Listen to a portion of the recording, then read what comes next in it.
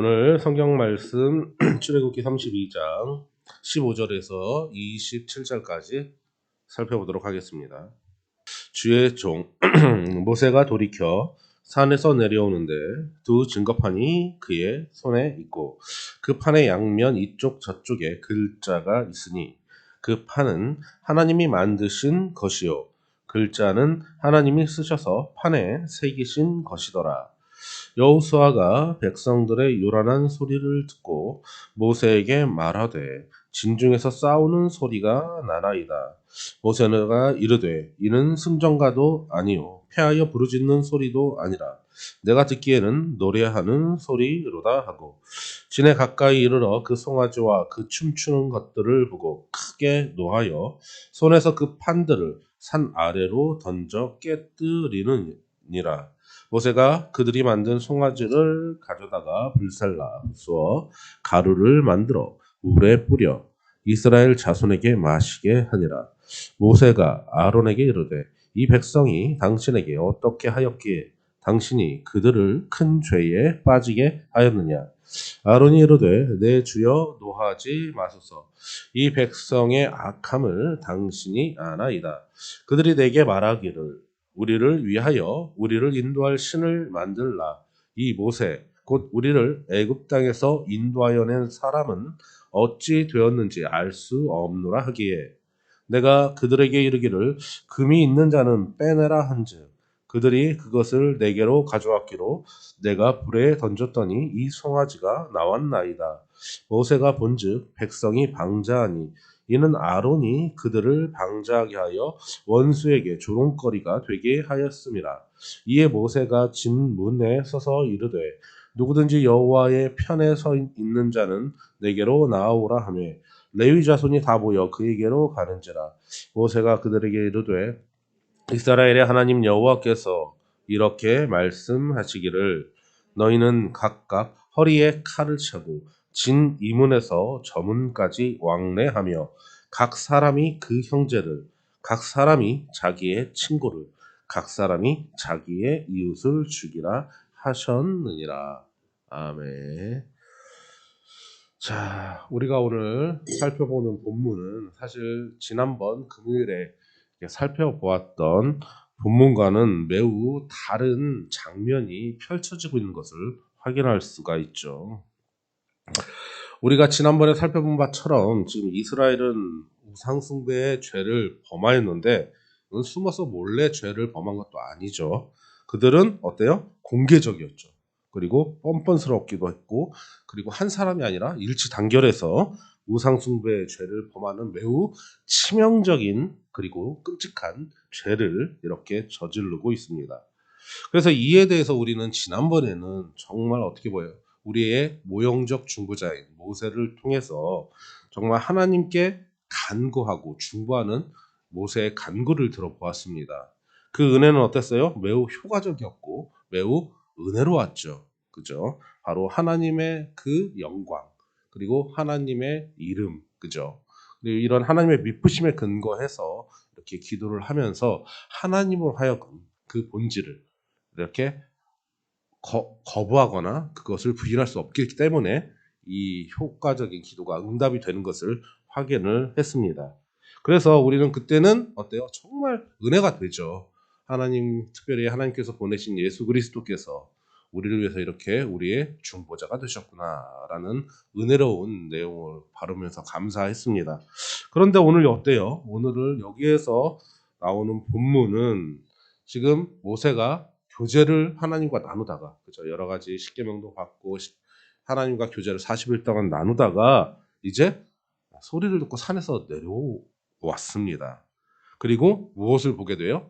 이스라엘 백성이 우상 숭배를 하는 죄를 범하는 것을 보게 돼서 분노하고 그리고 그 돌판을 깨뜨리고 그리고 금송아지를 가루로 만들고 그리고 물에 흘려보내고 심지어 그 물을 백성이 마시게까지 하는 것을 보게 됩니다.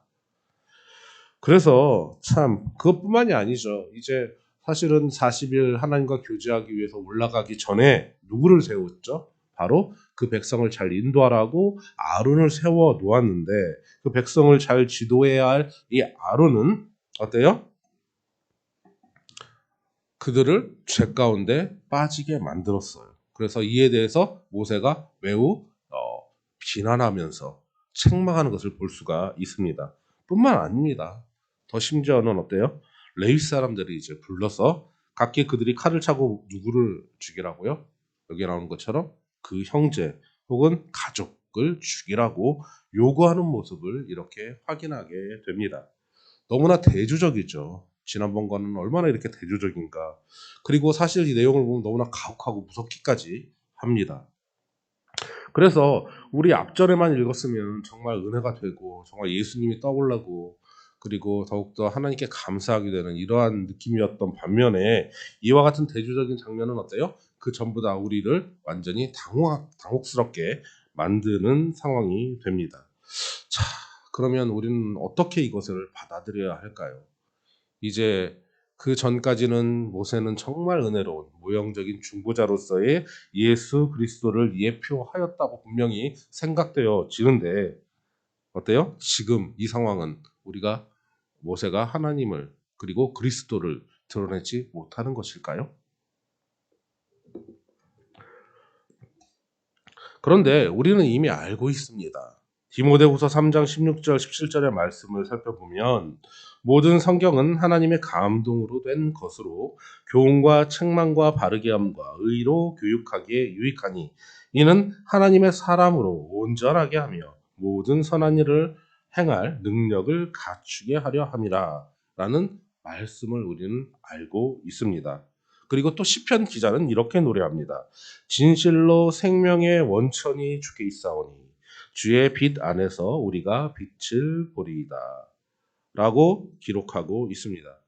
그러면 어때요? 우리가 하나님의 말씀을 듣고 읽을 때에는 사실 우리의 이해로 우리의 상식선에서 우리의 이해 범위 내에서 이해하려고 하는 것은 안 된다는 것이죠. 하나님의 말씀은 오직 하나님의 말씀에 빛이 비추어질 때만이 그 온전한 의미와 내용을 알게 되어지고 깨달을 수 있게 되어집니다. 그러므로 우리는 항상 이 하나님의 말씀을 대하고 읽을 때에는 어때요? 성령 하나님께서 우리에게 진리의 빛, 지식의 빛을 비추어 주시기를 소망해야 할 줄 믿습니다. 그래서 여기에서 지금 비록 우리가 볼 땐 앞서 살펴본 모세의 모습과 이곳에 살펴본 모세의 모습이 서로 대조적이고 이상하게 느껴질지라도 여전히 모세는 뭐예요? 그리스도를 예표한다라는 것을 알 수가 있습니다. 먼저 우리는 이 부분을 살펴보기 전에 앞서 살펴봤던 출애굽기 24장 18절의 내용을 먼저 한번 살펴보고 넘어가야 할 것입니다. 그때의 모세는 이제 하나님 앞에 올라가기 전에 제단을 쌓았죠. 그리고 서로 여호와 앞에 번제와 화목제, 청년들을 불러다가 번제와 화목제를 드렸습니다. 그리고 그 피를 뿌리고 난 다음에 어때요? 하나님의 부르심을 받아 그 영광 가운데로 들어가는 것을 확인할 수가 있게 되어집니다. 그래서 이 내용을 살펴보면 지금 이 날이 어떤 때냐? 바로 그 하나님께서 이제 그들을 하나님의 말씀 시내산 앞으로 부르시고 난 다음에 율례가 선포되고 여섯째 날이 된 다음에 일곱째 날에 하나님이 이렇게 모세를 영광 중에 산으로 불러 가시는 것을 볼 수가 있습니다. 그래서 우리가 알다시피 사실 하나님의 이 땅의 창세기에서 6일 동안 창조를 하셨고 그리고 마지막 7일 때는 이렇게 안식하라고 말씀을 하셨죠. 그래서 일곱째 날은 이런 모형적 중재자, 우리가 모형적 중재자라 하면 원래의 원체, 원래의 원본이었던 예수 그리스도를 예표한다는 얘기입니다. 그런 모형적 중재자였던 모세가 하나님의 부르심을 받아서 이 영광 가운데로 들어가는 안식을 말하고 있습니다. 즉 히브리서 4장 10절에 보면 이렇게 나오는데 이미 그의 안식에 들어간 자는 하나님이 자기의 일을 쉬심과 같이 그도 자기 일을 쉬느니라 라고 이야기하면서 이 그리스도의 아름다운 예시가 되어지고 있다는 것이죠. 그러면 우리가 여기에서 예수님 즉 이제 모세죠. 모형적인 그리스도의 모형으로서 이 모세가 이 7일째 안식에 들어갔다고 하는데 이 안식은 무엇일까? 라고 우리가 살펴보아야겠죠. 역시 이에 대한 의미도 우리는 성경에서 그 의미를 분명하게 확인하게 되는데, 이에 대한 것은 요한복음 17장 1절 그리고 5절 말씀에서 확인할 수가 있습니다. 이때 내용은 뭐예요? 바로 예수님의 기도의 내용입니다. 예수님의 기도 내용에서 예수께서 이 말씀을 하시고 이제 제자들이 말씀하신 다음에 눈을 들어 하늘을 우러러 이르시되 아버지여 때가 이르렀사오니, 십자가에 달려 돌아가시기 전이죠. 때가 이르렀사오니 아들을 영화롭게 하사 아들로 아버지를 영화롭게 하옵소서. 아버지께서 아들에게 주신 모든 사람에게 영생을 주게 하시려고 만민을 다스리는 권세를 아들에게 주셨음이로소이다. 영생은 곧 유일하신 참 하나님과 그가 보내신 자 예수 그리스도를 아는 것이니이다. 아버지께서 내게 하라고 주신 일을 내가 이루어 아버지를 이 세상에서 영화롭게 하였사오니, 아버지여 창세전에 내가 아버지와 함께 가졌던 영화로서 지금 아버지와 함께 나를 영화롭게 하옵소서라고 기도하고 있습니다. 이게 무슨 일을 앞두고 한 기도시죠? 예, 예수님 이 땅에 오신 그 일이죠. 바로 하나님의 백성을, 그리고 그 백성을 구원하기 위해서 예수님 대신 십자가를 지신 사건을 앞두고 이렇게 마지막 말씀을 나눠주신 뒤에 기도를 하시는 내용 중에 나옵니다. 즉 예수님께서는 이 땅에 무엇을 위해서 오셨다고요? 네, 그의 하나님의 그 사랑하는 그 백성을 구원하기 위해서. 그것이 예수님의 이 땅에 오신 가장 중요하고 가장 소중한 그런 하나님의 주님의 사명이었었죠. 그리고 이제는 어때요? 그것을 완수하시고 어디에 계세요? 네, 하늘에 올라가셨습니다. 안식하고 계시죠. 그래서 이와 같이 모세가 여기에서 산으로 올라가서 하나님과 교제하기 위해서 올라갔는데, 구름 속으로 들어간 것은 바로 이런 그리스도의 승천의 모형입니다. 그리고 이 일은 어때요? 그분이 이제 모세가 해야 했던 일들이 많이 있었죠. 예수님 오셨을 때 마찬가지지만 그분이 해야 했던 그 사역을 성공적으로 수행한 후에 이렇게 일어난 일이 된 것입니다.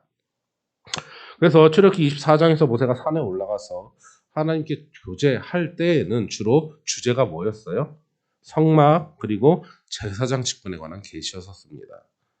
그리고 그 내용은 무엇이라고 말씀을 드렸죠? 바로 이제 승천하신 예수님이 이제 하늘에 올라가 계시니까, 성령님이 와 계시고 예수님은 이 땅에 계시지 않을 때에 하나님께서 그의 백성을 위한 어떤 예비, 바로 은혜의 예비라고 말씀을 드렸습니다. 우리가 신앙생활을 가고 예수님 오시는 그날 동안 신앙의 여정을 가게 되는데, 그때에 우리가 그 여정을 잘 나아갈 수 있도록 이끌어주신 하나님의 예비, 우리 너희스로 가라라고 얘기하지 않고 그렇게 가고 하나님 백성처럼 살 수 있도록 이렇게 미리 이미 하나님께서 우리에게 모든 걸 예비해 놓으셨다고 말씀을 드렸죠. 그래서 이것은 바로 그러한 하나님의 백성을 위한 그 은혜의 예비하심을 말하는 것이죠. 제사장이나 그리고 여러 가지 성막, 이것이 다 그런 하나님이 준비하신 예비하심이라는 것입니다. 그래서 이는 그분이 이 땅에 계시지 않는 동안, 바로 예수님께서 이 땅에 계시지 않는 동안에 예수님에 의해서, 성막 자체가 예수님을 증거하고 그 모든 것이 다 예수님을 증거하기 때문에 우리가 예수님을 믿고 난 이후 예수님 재림하는 그날까지도 예수님께 의해서, 그리고 예수 그리스도 안에서 우리를 지키신다라는 것을 이렇게 보여주고 있는 것이었습니다.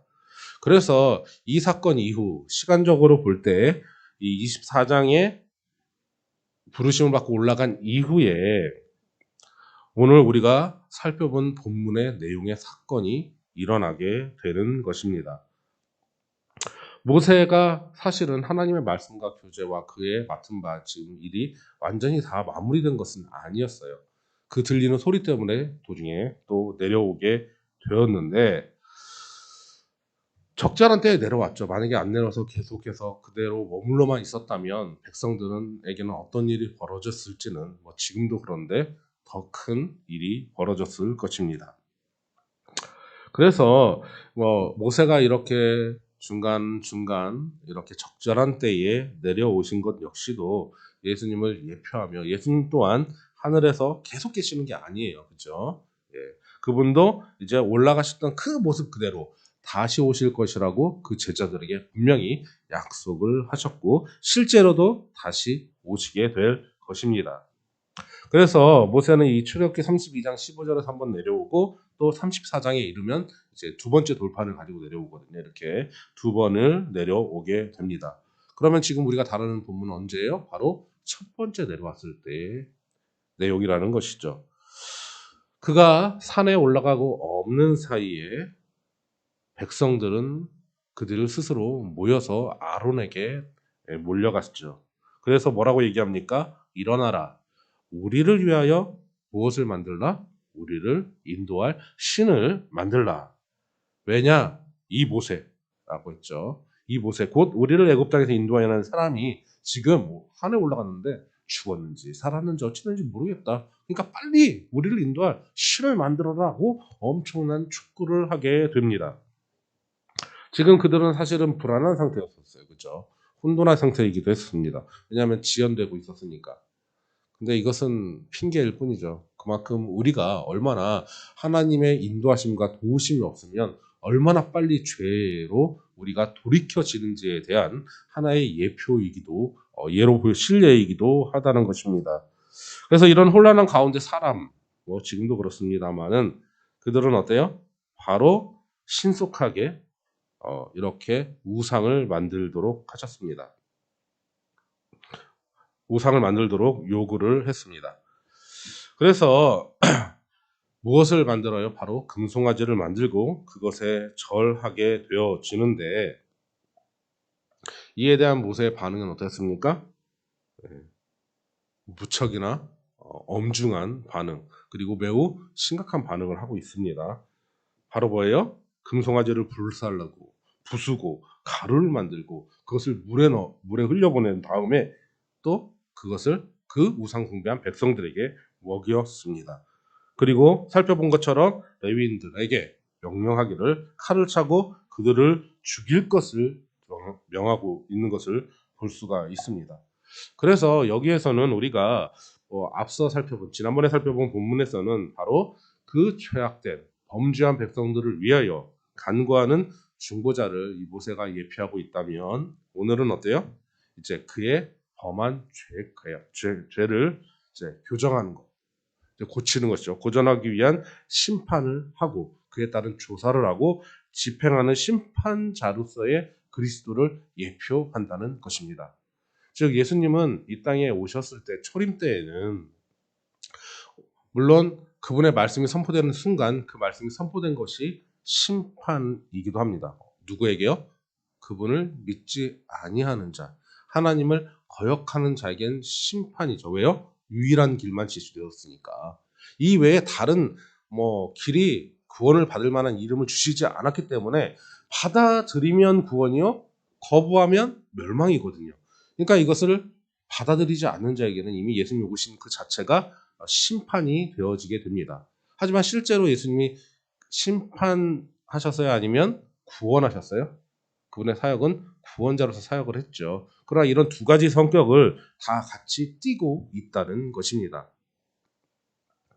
그래서 이와 같은 모세의 모습, 정말 이 우상숭배 범한 죄에 대해서 분노하고 심판하는 모습을 우리는 어디에서 확인할 수 있냐면 바로 요한계시록에서 또한 이와 같은 모습을 살펴볼 수가 있는데 요한계시록 1장 12절과 18절에 묘사된 모습이 바로 이와 같은 모세의 모습을 보여주는 실예일 것으로 보여집니다.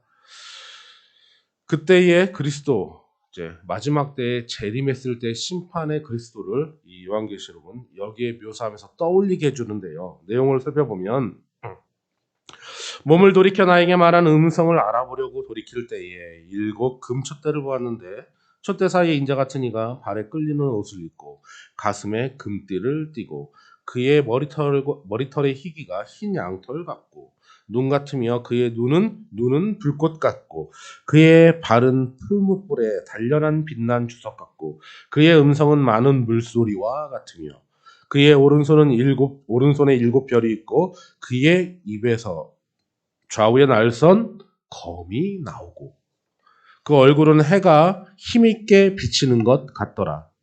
우리는 모세가 두 번째 내려왔을 때 하나님의 영광 때문에 그 얼굴이 빛나는 것 그래도 확인한 적이 있습니다. 앞으로 나와요. 그러니까 이것이 모세가 또 예수 그리스도를 예표한다는 것을 우리가 확인할 수 있는 하나의 근거가 되는 것이죠.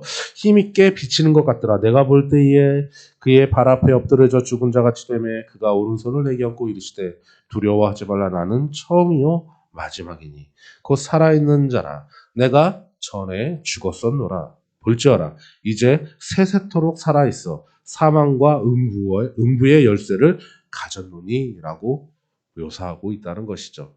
지금 이 글을 읽고 모세의 모습을 보면 모세의 모습이 바로 이와 같은 모습임을 우리가 확인할 수 있게 되죠.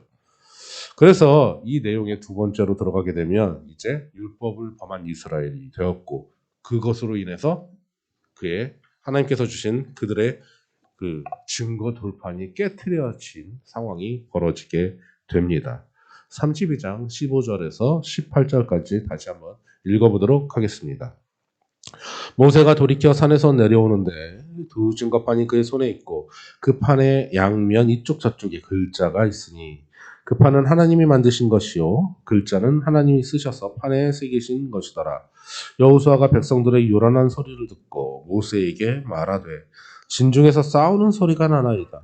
모세가 이르되 이는 승전가도 아니요 폐하여 부르짖는 소리도 아니라 내가 듣기에는 노래하는 소리로다 하고. 자, 우리가 이렇게 15절에서 18절까지 읽어보았지만 앞선 두 절은 바로 이제 그 전에 나왔던 이야기들에 대한 보완인데 여기에 한 가지 중요한 영적 원리가 우리에게 제시되고 있습니다. 바로 무엇이냐? 아까 이야기하였던 출애굽기 24장 13절에서 18절 쪽으로 돌아보게 되면 사실 모세가 하나님 앞에 부르심을 받고 산에 올라갈 때 혼자 올라가지 않죠. 여호수아를 데리고 올라갑니다. 그렇지만 결국 하나님과 직접 교제하는 것은 모세가 혼자 올라가게 되었죠. 그렇기 때문에 지금 여호수아는 아마도 그때 당시에 그 하나님께 올라간 모세 구름에 가려서 안 보이겠죠. 그리고 맨 밑에 백성들 범죄하고 있는 백성들과 모세의 사이에 위치하고 40일 동안 혼자 있었음이 분명합니다. 그래서 모세는 여호수아 데리고 올라갔지만 직접 하나님 만나러 갈 때는 모세만 가요.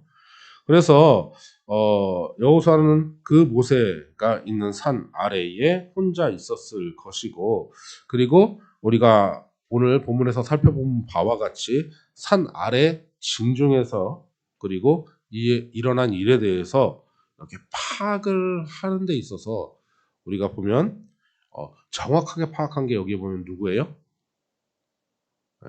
여호수아가 아니라 모세인 걸 알 수 있죠. 사실은 가장 밑에 백성들이 있었고 그 사이에 여호수아가 대기하고 있었고 수행차 그리고 이제 모세는 더 높이 하늘에 올라갔을 때 더 멀잖아요. 그럼에도 불구하고 이 모세가 여호수아에 비해서 그 밑에서 일어나고 있는 일에 대해서 더 정확하게 파악하고 있는 것을 볼 수가 있습니다. 이것은 사실은 이게 중요한 영적 원리인데 우리가 우리의 모든 상황이나 여건 가운데서 온전한 진리를 깨닫기 위해서 그리고 온전한 상황, 올바른 상황을 파악하기 위해서는 우리가 가진 상식이 아니라 오직 하나님의 비춰주시는 빛에 의해서만이 우리가 빛을 볼 수 있기도 하고 그리고 듣는 귀를 갖게 되는 것은 오랫동안 더욱 하나님과 교제하고 그와 더불어 사귐이 있는 자가 얻게 된다는 것을 알 수가 있습니다. 즉 하나님과 더 가까이 있는 것이 세상의 여러 가지 일들을 더 분명하게 파악할 수 있는 가장 중요한 하나의 원인이 된다는 것입니다. 32장 19절 읽어보도록 하겠습니다. 진에 가까이 이르러 그 송아지와 그 춤추는 것들을 보고 크게 노하여 손에서 그 판들을 산 아래로 던져 깨뜨리느니라. 자, 이렇게 멀리 떨어져 있는 가운데 모세가 밑에 상황을 파악하고 이제 그 파악하고 나서 이제 하나님께서 말씀해 주시기도 하셨죠. 내려가 보았더니 정말로 엄청난 광경이 지금 그 앞에서 펼쳐지고 있는 것을 확인하게 됩니다. 모세가 보는 게 아니라 지금 우리도 같이 보고 있는 거죠. 그들은 어떤 자들이었습니까? 이스라엘 백성들은 최근에 사실 얼마 되지도 않았어요. 그죠?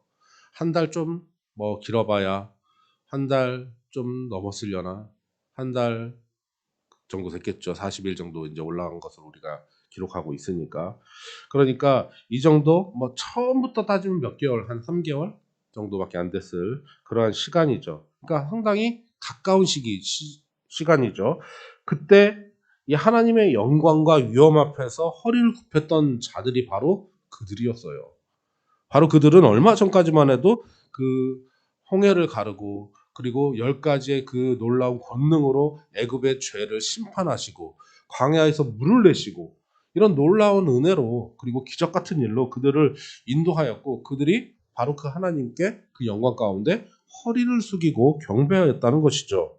그런데 지금은 어때요? 이제는 금으로 만든 송아지 형상 주의를 뭐 거룩하게 엄청나게 정돈된 모습으로 하는 것도 아니라 매우 음란하게 뛰어놀고 있었다는 것입니다. 모세는 그것을 보니까 어때요? 하나님의 마음에 그 거룩한 분노가 같이 느껴지고 있는 것이죠. 그래서 하나님 신신 그 돌판을 땅에 던져 버립니다. 우리가 이것을 보면 예수님께서 이 땅에 오셨을 때에 성전에 들어가니까 그렇게 사람들이 뭐 양도 팔고 환전하고 막 시끌벅적한 그 상황에서 예수님의 모습을 떠올리게 합니다. 그때 예수님 어떻게 하셨어요? 노끈을 만들었어요. 그리고 노끈을 쳐서 짐승들 다 내쫓고 사실 상도 막 엎었습니다. 그러면서 뭐라고 해요? 하나님의 성전을 무엇으로 만든다? 강도의 구렬로 만든다라고 얘기하면서 다 쫓아내신 것을 확인하게 됩니다. 예, 모세가 봐와 이러한 모습을 또한 우리는 여기서 예수님의 모습을 그러한 모습을 발견할 수 있죠. 모세가 크게 노하여 손에서 그 판들을 산 아래로 던져 깨뜨리느니라. 이 말씀은 사실 야고보서 2장 10절의 말씀의 실예가 되는 사건이기도 하는데요. 야고보서 2장 10절의 말씀은 누구든지 온 율법을 지키다가 그 하나를 범하면 모두 범한 자가 되나니라고 기록하고 있습니다. 이스라엘은 지금 어때요? 바로 그 하나를 여기에서 범하고 있는 것이죠. 왜냐고요? 하나님께서 그들에게 말씀하셨습니다. 너를 위하여 새긴 우상을 만들지 말고 또 위로 하늘에 있는 것이나 아래로 땅에 있는 것이나 땅 아래 물속에 있는 것의 어떤 형상도 만들지 말며 그것들에게 절하지 말며 그것들을 섬기지 말라. 어디에 나오는 내용이죠? 십계명, 첫 계명이에요. 그들은 어때요? 바로 이 계명, 첫 계명에 대하여 불순종하게 된 것입니다. 그래서 이 야고보서의 말씀에 나오는 것처럼 율법은 사실 그 하나부터 10가지가 다 어때요? 연합되어 있어요. 따로따로 별도로 독립하는 게 아니라 그것이 다 연합되어 있기 때문에 그 10개 중에 하나만, 10개뿐만이 아니겠죠. 가장 기본이니까. 그 모든 율법에 하나만 범해도 어때요? 모두를 범한 것처럼 되기 때문에 지금 이 둘판이 깨어진 것이죠. 그럼 뭐예요? 바로 그것으로 인해서 십계명이 하나만 어긴 것이 아니라 그 모두를 어겼다, 범죄하였다, 범하였다, 범해졌다라는 것을 보여주고 있다는 것입니다. 출애굽기 32장 20절 읽어보도록 하겠습니다. 모세가 그들이 만든 송아지를 가져다가 불살라 부수어 가루를 만들어 물에 뿌려 이스라엘 자손에게 마시게 하니라. 자, 오늘 지금 이 상황 가운데 모세는 매우 진지하면서도 심각한 행동을 하고 있습니다. 우상을 완전히 불사르고 부수어서 어때요? 가루로 만들었어요. 그러면 이걸 금으로 만들었는데 이거를 가루가 될 정도로 하려면 얼마나 격렬하게 이것을 때렸겠습니까? 그죠? 부셔뜨렸겠습니까? 내에 던지고 뭐 엄청나게 돌 같은 걸로 막 내려칠 정도로 가루가 될 정도로 엄청난 격렬한 행동이거든요. 지금 그것을 지금 우리는 여기서 뭐 끝까지 기록하고 있지 않지만 이 내용을 통해서 충분히 확인할 수가 있겠죠. 그 금으로 만드는 우상 하나 부시는 게 뭐 순식간에 끝나는 게 아니잖아요. 엄청나게 격렬하게 때려야만 가루가 되는데 부서지는데 가루가 될 정도로 했던 이 격렬한 행동 매우 진지합니다. 왜냐? 따라해봅시다. 그리스도인들이란 우상으로부터 멀리하도록 명하심을 받은 자들이다. 어디에 나오는 말씀이에요? 요한일서 5장 21절에 기록된 말씀입니다. 자녀들아 너희 자신을 지켜 우상에게서 멀리하라. 즉 그리스도인들은 어때요? 우상 숭배에서 이렇게 우상 숭배를 하지 않고 멀리하도록 마음을 받은 자들이라는 것이죠. 그럼 우상이란 무엇입니까? 우상이란 따라해봅시다. 나의 마음속에 그 무엇이든지 하나님의 자리를 대신하는 것. 이것이 우상이에요. 네. 내 마음에 내가 생각할 때 이것이 하나님보다 우선이 있으면 그게 무엇이든지 간에 그것은 우상이 되어집니다. 물론 우상 그 자체가 특별히 어떤 특별한 영험이 있거나 죄가 있거나 가증한 것은 아니에요. 그죠? 그 자체로는 아무런 해가 되는 것은 아닌데 만약에 그것에 우리의 주의가 잡힌다든가 우리의 감정과 생각 속에 다른 것도 아닌 첫 번째 자리를 차지하고 있으면 뭐가 된다고요? 우상이 된다는 것입니다. 그래서 우리가 이렇게 우리 마음속에 하나님 대신 그보다 더 우선해서 무언가를 이렇게 우상을 세운다면 하나님은 그게 무엇이든지 간에 그분의 믿을 만하심, 변하지 않으심, 그리고 사랑으로 그것을 무너뜨리게 될 것입니다. 출애굽기 32장 21절에서 23절까지 읽어보도록 하겠습니다. 모세가 아론에게 이르되 이 백성이 당신에게 어떻게 하였기에 당신이 그들을 큰 죄에 빠지게 하였느냐? 아론이 이르되 내 주여 노하지 마소서. 이 백성의 악함을 당신이 아나이다. 그들이 내게 말하기를 우리를 위하여 우리를 인도할 신을 만들라. 이 모세 곧 우리를 애굽 땅에서 인도하여 낸 사람은 어찌 되었는지 알 수 없노라 하기에. 자, 모세가 산 위에서 이렇게 하나님과 교제하는 동안에 이제 이 모세를 대신하여 이 산 밑에서 백성들에게 하나님의 존귀 그리고 이 영광을 유지하도록 해야 하는 사명을 위임을 이제 아론이 받았습니다. 그런데 지금 보세요. 아론은 지금 그가 했던 행동에 대해서 조금의 뉘우침이나 회개하는 모습이 보입니까? 지금 보이지 않고 있죠. 범한 죄에 대해서 이렇게 회개하는 어떠한 증거도 없고 오히려 누구를 비난해요? 내가 한 게 아니에요. 이 백성들이 원래 악하지 않습니까? 당신도 알다시피 이렇게 말하고 있다는 것입니다. 이는 우리로 하여금 태초에 범죄하던 당시의 아담과 하와를 떠올리게 합니다. 태초에 하나님께서 선악을 알게 하는 나무의 열매를 따먹은 아담을 꾸짖자 아담은 어떻게 반응을 했습니까?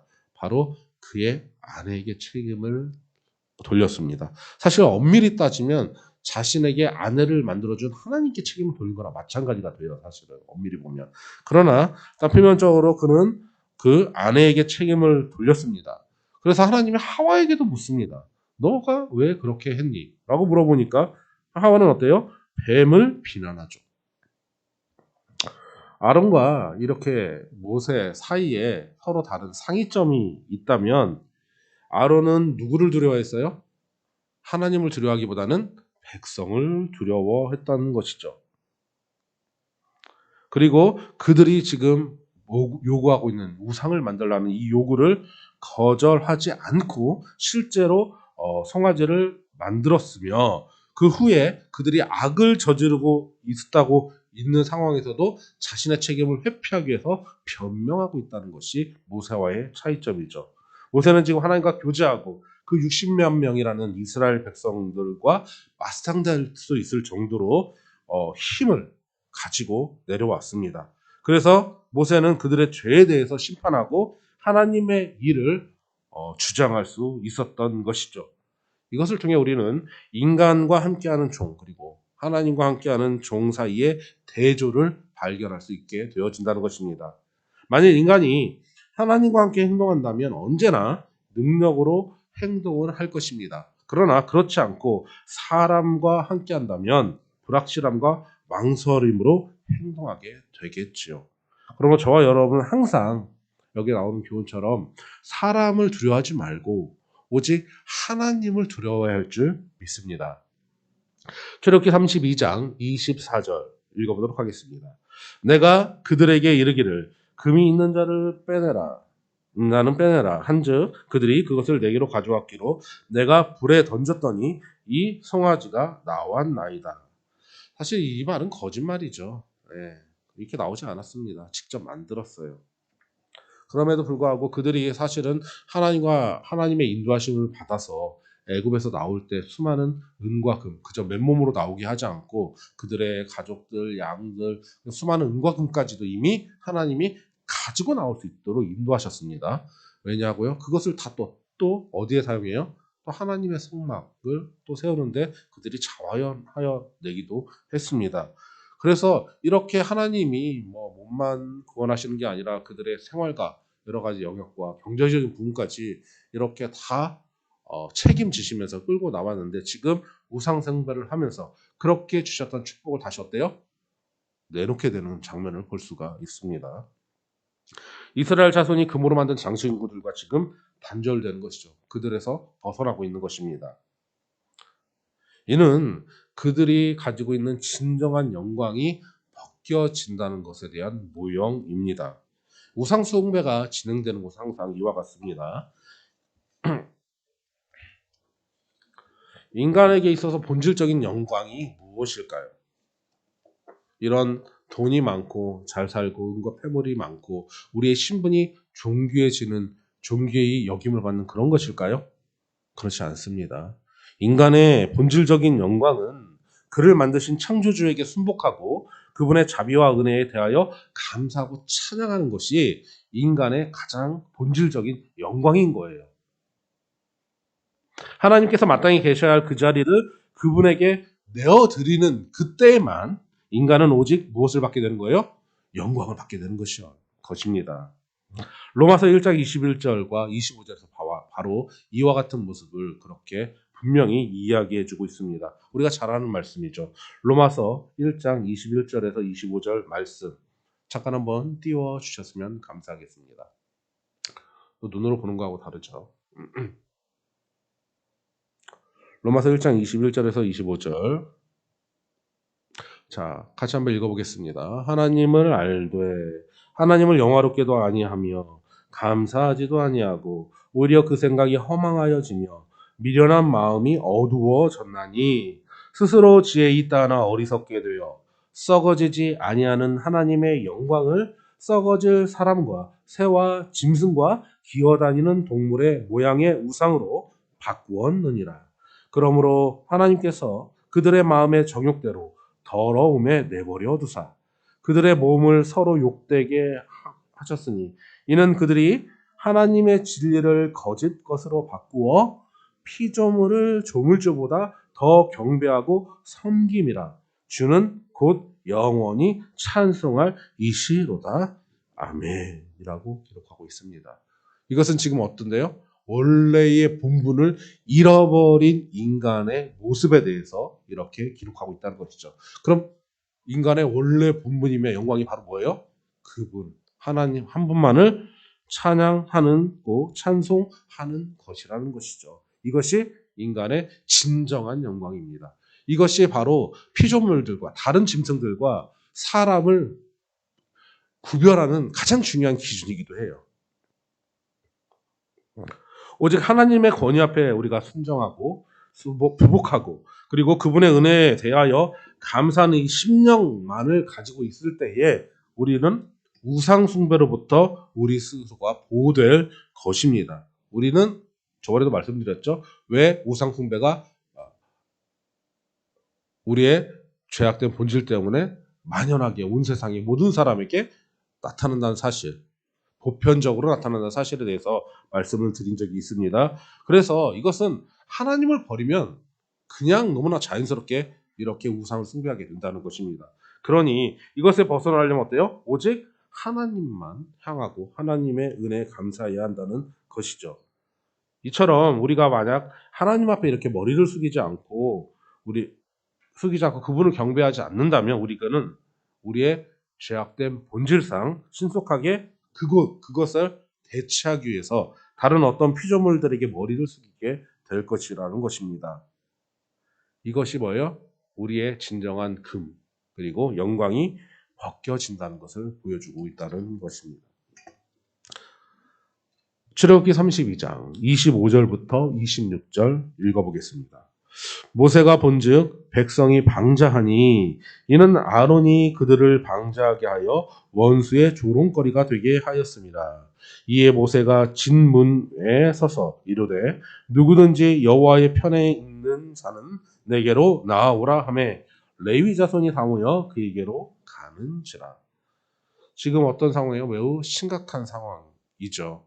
그리고 그 상황은 그보다 더욱 심각한 상황을 이렇게 야기시키고 있습니다. 지금 어떤 상황이 벌어진 거예요? 그들이 우상 숭배하고 지금 모세가 내려오고 돌판도 깨지고 가루가 되어지고 물 마시고 그리고 그런 상황이 지금 벌어지고 있는데 지금 어때요? 여전히 백성들은 일부는 깜짝 놀랐겠죠. 그들이 지금 벌거벗고 나체로 문란하게 우상 앞에서 놀고 취하고 음주 가무를 즐기면서 찬양한다고 하지만 지금 그런 상황이 벌어지고 있는데 이 모세가 내려와서 그들은 매우 당황하고 있었습니다. 물론 이 모습은 당시에 하나님 백성이 아닌 주로 이방 국가 애굽이죠. 애굽에서 만연하게 행하는 모습 중에 하나였었어요. 그들은 이렇게 음란하게 그런 우상적 관능주의에 사실 탐닉하고 있었습니다. 네. 그래서 하나님 믿는 백성이 모든 그 당시 이방인 지역이 바로 이렇게 신을 섬긴다는 제사하는 것이 이러한 관능주의를 탐닉하고 있는 것이죠. 신을 섬기는 게 아니라 사실 그런 음란하고 문란한 그런 것들을 그들이 스스로 즐겼다는 것입니다. 그들은 정말 미친 듯이 흥겨웠게 노래를 부르고 흥얼거렸어요. 이 모습을 지금 모세가 어때요? 지금 상황이 막 벌어지고 십계명 돌판 깨지고 막 이런데도 아직 여전히 보여지고 있다는 것이죠.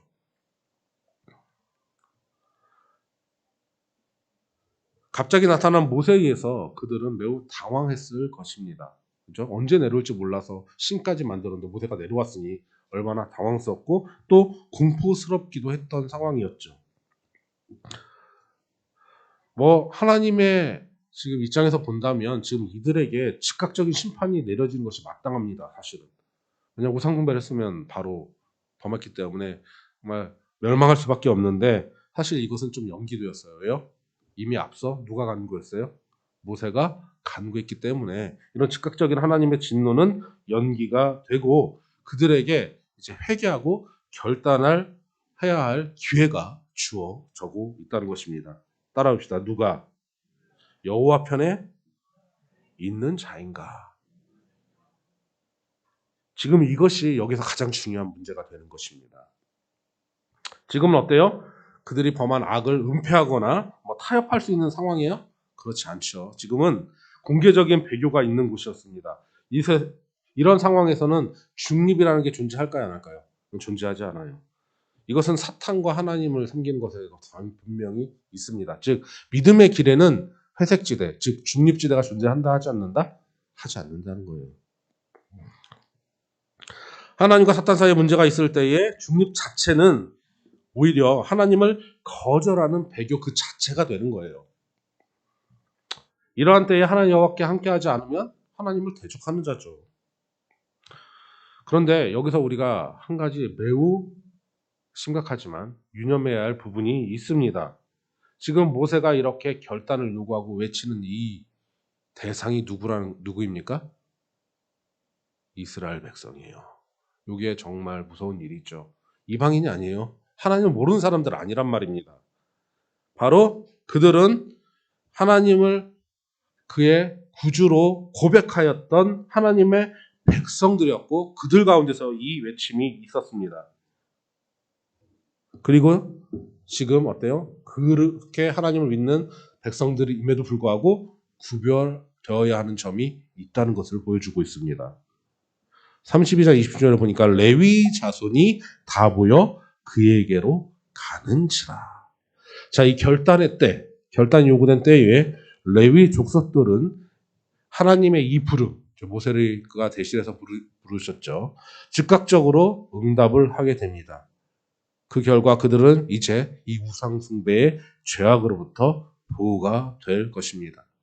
그러나 바로 이들은 이러한 결단 이후에 매우 엄정하고 혹독한 시련에 봉착하게 됩니다. 출애굽기 32장 27절 읽어보도록 하겠습니다. 모세가 그들에게 이르되 이스라엘 하나님 여호와께서 이렇게 말씀하시기를 너희는 각각 허리에 칼을 차고 진 이문에서 저문까지 왕래하며 각 사람이 그 형제를 각 사람이 자기의 친구를 각 사람이 자기의 이웃을 죽이라 하셨느니라. 이 말씀을 저도 이제 준비하면서 계속해서 한 단락 한 단락이 각 사람이 그의 친구를 연이어서 그의 이웃을 형제를 이렇게 하는 게 아니라 딱딱 끊어서 각 사람이 꼭 집어넣고 있다는 것이 매우 인상 깊었습니다. 각 사람이 그 형제를, 각 사람이 각 친구를, 각 사람이 자기 이웃을 이렇게 딱딱 정말 말 그대로 분명하게 하나님께서 모세는 그들을 죽이라고 요구하고 있다는 것이죠. 이 구절을 보면 사실 참 어쩌면 이렇게 꼭 이 상황에서 이렇게 무섭고 처절하고 그리고 잔인하기까지 느껴지도록 꼭 죽이기까지 해야 했냐라고 말하는 사람도 있고 혹 그렇게 생각하는 사람도 있을 것입니다. 어떤 사람은 또 그럴지도 모르겠죠. 사랑이 칼보다 더 위대한 힘이 있지 않느냐. 좀 더 관대하고 죄를 졌더라도 은혜롭게 포용해 주는 것이 더 좋지 않겠냐라고 말하는 사람도 있을지 모르겠습니다. 그런데 우리는 여기서 분명히 기억해야 할 한 가지가 있습니다. 스타카토처럼 여기서 각 사람이 이렇게 성경에서 말씀하신 것처럼 우리도 스타카토로 하나 찍어서 말해야겠습니다. 따라해 봅시다. 시작. 우, 상, 숭, 배, 자. 지금 어때요? 여기서 기억되는 거 바로 이렇게 우상 숭배자들에게 강조되어야 할 것이 무엇이냐?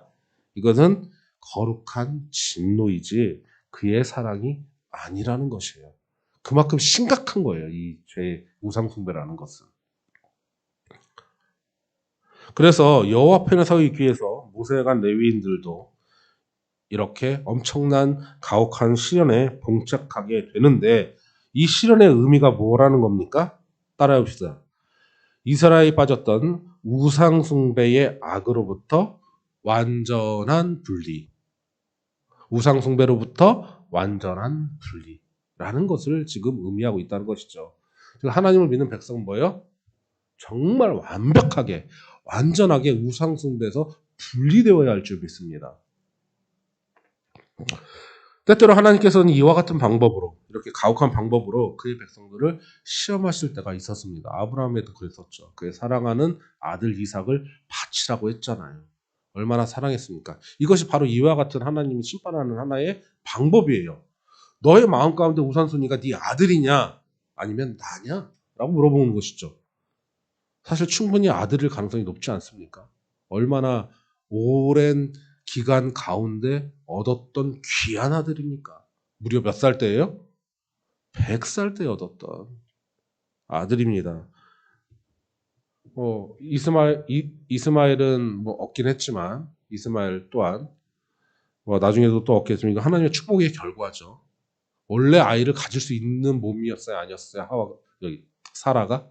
아니었었어요. 왜? 애가 없었습니다. 근데 놀랍게 아이를 갖게 된 거잖아요. 그러니까 얼마나 귀하겠어요. 그때 하나님 바로 이와 같이 심판을 하셨다는 겁니다. 그걸 무엇을 심판한 거야? 우선순위가 무엇이냐? 너의 네 마음속에 가장 첫 번째에 누구를 둘 것이냐? 바로 우리는 하나님을 두어야 할 줄 믿습니다. 하나님 외에 다른 것을 두는 것은 다 뭐다? 우상숭배가 된다는 것입니다. 만일 오늘날처럼, 사실 오늘날은 더욱더 심해졌죠.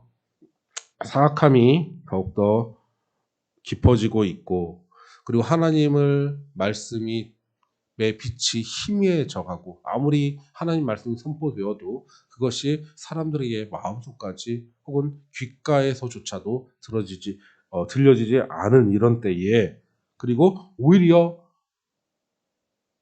두렵게도 오히려 하나님을 대해서 공격하고 공개적으로 대적하는 댓글들, 이런 것들을 보면 이 기독교에 대한 댓글들이 많은데, 이렇게 사악하고 그리고 어둠이 짙어가며 여호와의 이름이 망령되게 하는 그 모든 일들로부터 떠나야 한다는 것,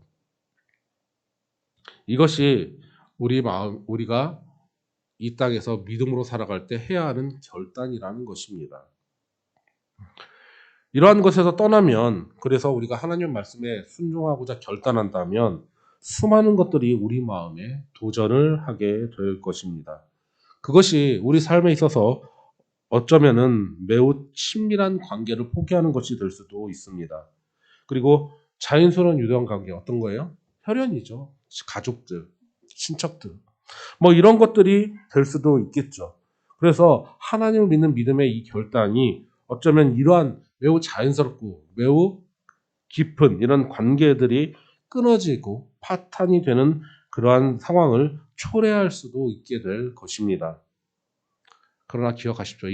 따라해봅시다. 이것만이 유일한 축복의 길이다.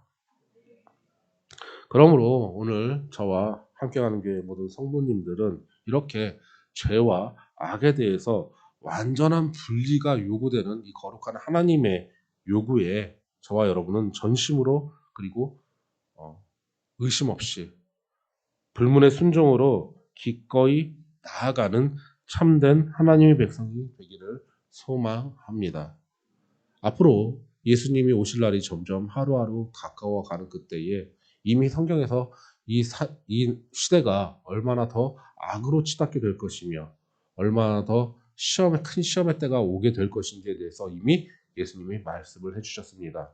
우리는 항상 우리의 평상시에, 그리고 평안할 그때에 세상에 휩쓰이는 것이 아니라 더욱더 말씀을 기억하고 말씀을 가까이 하여서 예수님이 오실 그날을 기다리며 항상 믿음의 결단을 하나님 편에 서는 것을 연습하는 귀한 주의 성도님들 다 되시기를 주님의 이름으로 소망합니다. 오늘 이 시간 우리 다 같이 기도하도록 하겠습니다. 우리의 믿음의 삶이 앞으로도 더욱더 큰 시련이 올 수도 있다고 생각되어집니다. 이미 성경에서도 이야기하고 있죠. 오늘 여러분이 성경 말씀을 살펴본 것처럼 이렇게 주님 안에서 우리의 편한 삶 가운데서, 일상 가운데서도 하나님 편에 서는 이 훈련을 주님의 인도하심 가운데 연습하여 나아가고 결국 믿음의 승리를 할 수 있도록 인도해 달라고 기도하시기 바랍니다. 그리고 이것을 위해서 오직 성령 하나님의 도우심이 있음을 우리가 얘기하지 않을 수 없습니다. 성령 충만하여서 예수 오실 그날까지 믿음의 이 결단을 내려서 이러한 순종을 연습함으로 승리하는 백성 되게 해달라고 이 시간 다 같이 기도하도록 하겠습니다. 할렐루야. 사랑의 하나님 아버지, 하나님께서 우리를 위하여 우리를 사랑하시고 구원하시기 위해 독생하신 예수 그리스도를 보내주심을 감사합니다. 그러나 그분은 우리를 구원하신 우리의 아버지 구주인과 동시에 또한 다시 오실 때에 하나님을 거역한 자들에 대하여, 또한 그 말씀을 거부한 것에 대하여 의로운 심판자임도 깨닫게 되어집니다. 우리가 이 땅에서 믿음으로 살아가는 동안 언제나 하나님 앞으로 더욱더 가까이 나아가고 말씀 가운데 우리를 비추어 아버지 우상숭배의 죄에서 완전히 분리시킬 수 있도록 인도하여 주시옵소서. 그러기 위하여 우리가 항상 성령님을 의지해야 할 줄 믿습니다. 우리를 도와주시옵소서. 그래야 우리가 온전히 하나님 아버지의 참된 백성이 되기에 부족함이 없도록 인도하여 주시고 승리할 수 있도록 인도하여 주시옵소서. 예수님의 이름으로 기도합니다. 아멘. 축도하겠습니다. 주 예수 그리스도의 은혜와 하나님의 사랑과 성령의 교통하심이 너희 무리와 함께 있을지어다. 아멘.